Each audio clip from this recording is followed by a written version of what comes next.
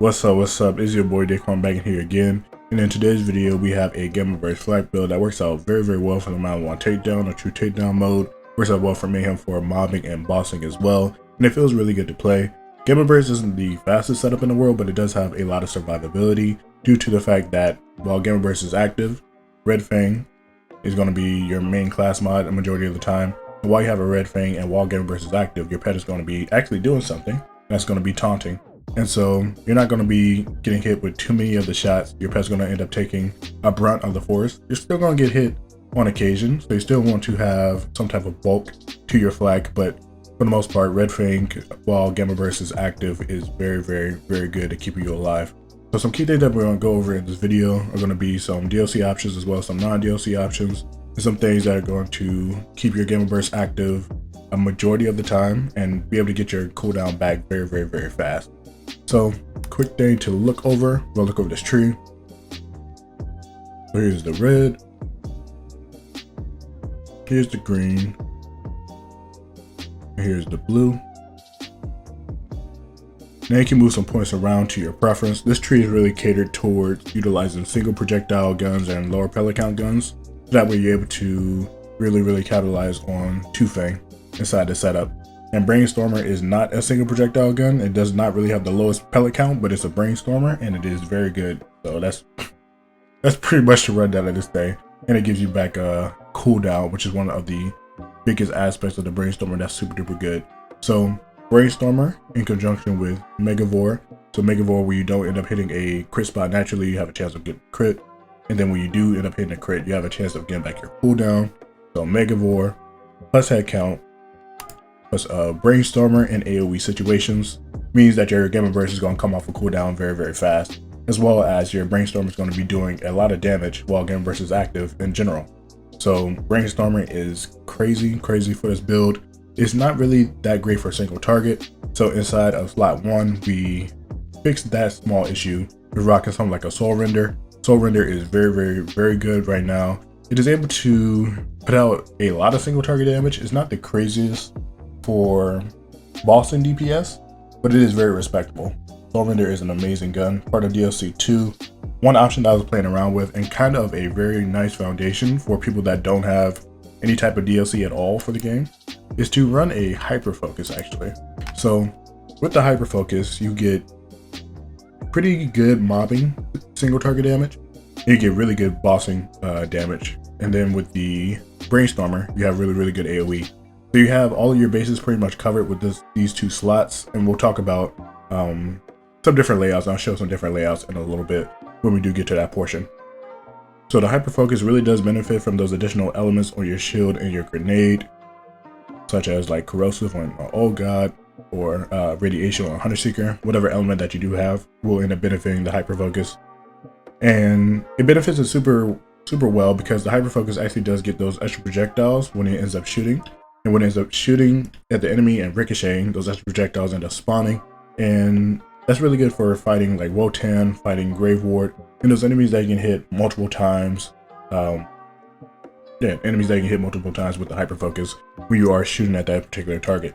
So hyper focus is really good inside those situations. In order to keep those annoys up and have those annoys up most of the time, fake bursting is something that you can utilize. You don't have to utilize it inside this build, but it is something that works out relatively well. So for those that are unfamiliar, fake bursting is just activating your Gamma Burst in a location where your pet will not land. But what this will do, it will start the animation as well as end the animation for Gamma Burst without using your cooldown at all. And that will actually activate your action skill end annoys that are on your gun, if you do have one on your gun. Not in this case because you run a Gamma Burst, but it's going to activate the ones that are on your shield as well as your grenade in this particular situation, which is going to allow you to get a nice little bonus in DPS. You don't have to utilize it, but for something like the hyper focus, fake bursting does get a lot of benefit for the most part. But Soulrender, you really don't need it at all, and Brainstormer, you really don't need it at all either. And there are a lot of guns that you don't need to fake burst, but if you want to fake burst, feel free to. So you already talked about the Soulrender, really good for a single target or hyper focus. Really good other options they can play around with for the first slot in terms of single target DPS. Gonna be something like the Yeti Mashup, which is DLC 2. Maggie is pretty good. Clairvoyance. Here's the Maggie right here. And there are a couple of other good single target guns that you can utilize inside of the first slot if you don't have any of these that you see right here. Brainstormer, of course, very good for slot number 2. If you like the redistributor more, you can play around with that. It's not going to be as crazy of a cooldown reduction machine, but it is going to be pretty decent. I've always gotten more value out of the Brainstormer for the most part. Third slot, we have a recursion. So the recursion is pretty much just built for the Maliwan takedown. It works out very, very well against Kraken, and it also gets those extra projectiles when you end up ricocheting off of those enemies. And so recursion is amazing for, once again, Kraken, really good for killing Wotan, really good for dense areas. If you want to blow up enemies from a longer range and just want to shoot out the recursion real quick, you can just pop them and get them off the map. This is pretty nice inside the third slot.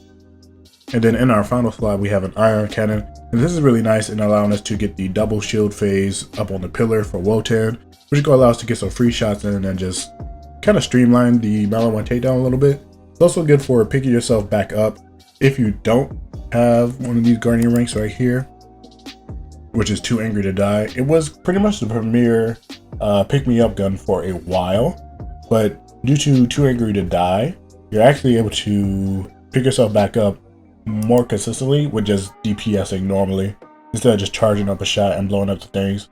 So this is going to be a better option if you don't have that guardian rank, but if you do have that guardian rank, you really just want to shoot the enemies normally, like a Brainstormer or a Soulrender. It's going to be your better pick-me-up option, but Iron Cannon is still pretty good.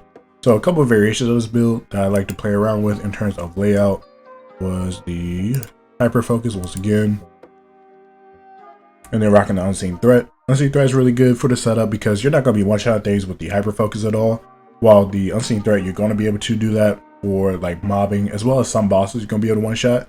So this kind of fixes the issues that the Hyper Focus had in terms of the single target department, and while the Hyper Focus is still able to be an absolute DPS monster against bosses that you're not able to just one-shot with the Unseen Threat.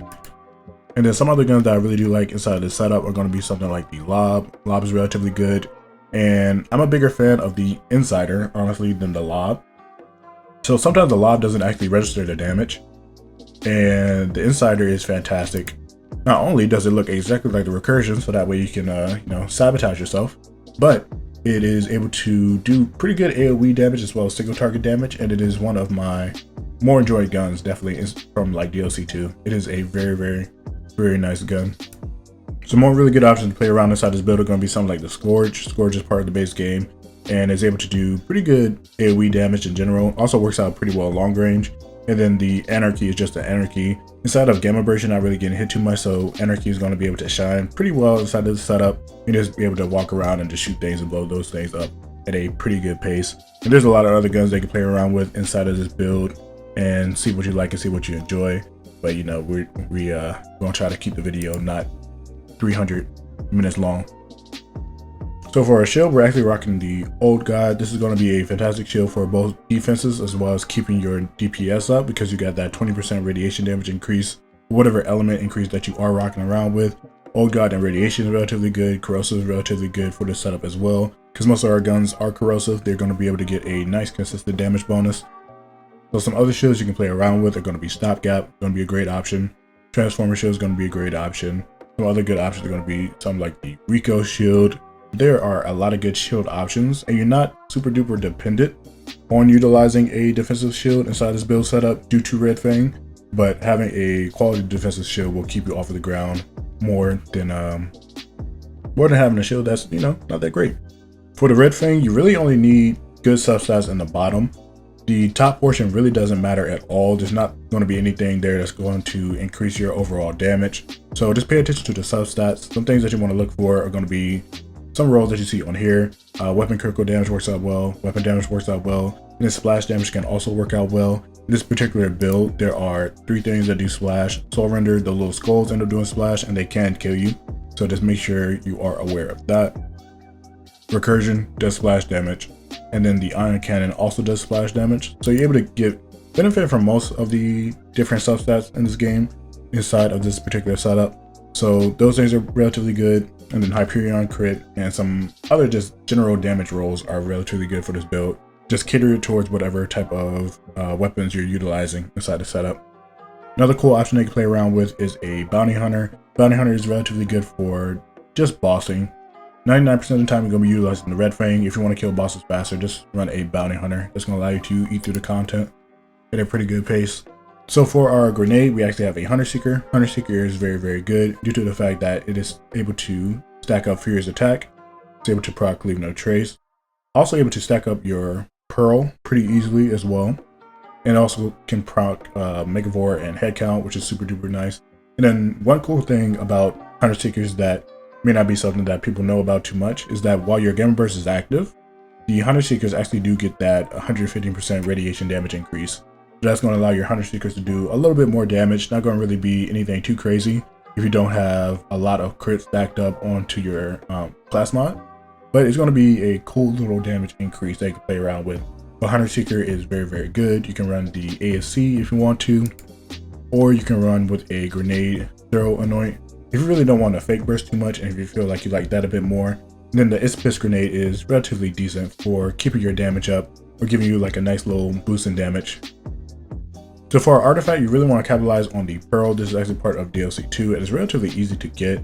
If you do not have a Pearl and you want to play around with some other options, some good options are going to be something like a Last Stand Auto Idol or Last Stand Victory Rush.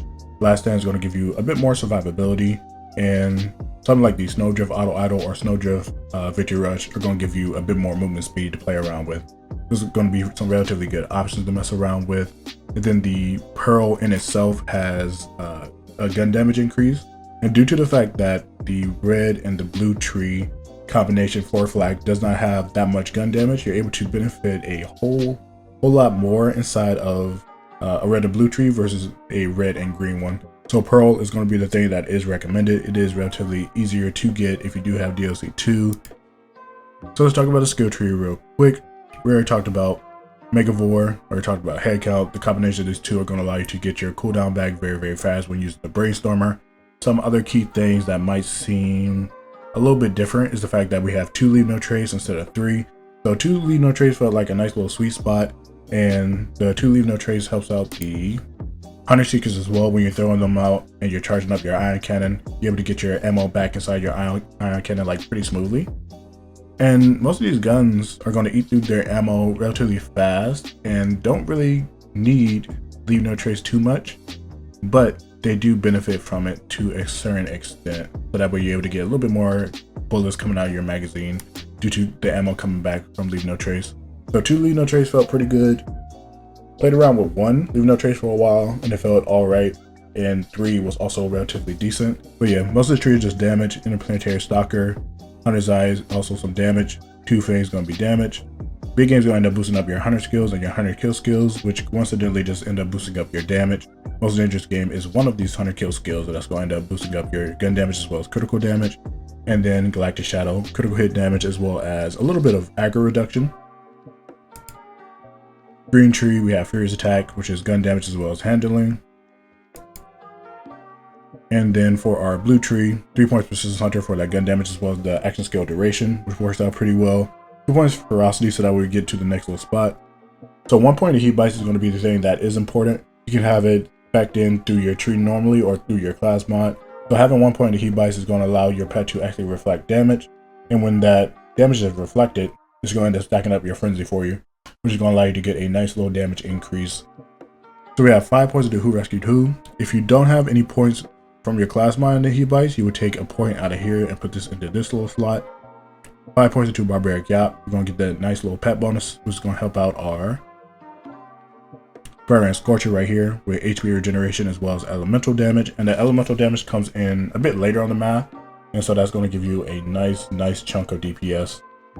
And then we have Pack Tactics, which is giving us more damage as well as more HP. So the augments that you want to run are going to be Empathic Rage. That 20% damage increase is relatively good. Then for our second augment, we have Endurance, which is going to be a nice duration increaser for our Gamma Burst. If you guys have any questions about anything, go ahead and let me know inside the comments below. Messing around with a few ideas for content, both on the entertainment side as well as informative. So if you guys have anything that you want to see or some ideas or some cool, I guess, concept ideas, really, go ahead and let me know as well. And that is it for your boy. Hope you guys have a great rest of your day, great night, great afternoon, great whatever it is for you at this moment in time. All right, I'm out of here.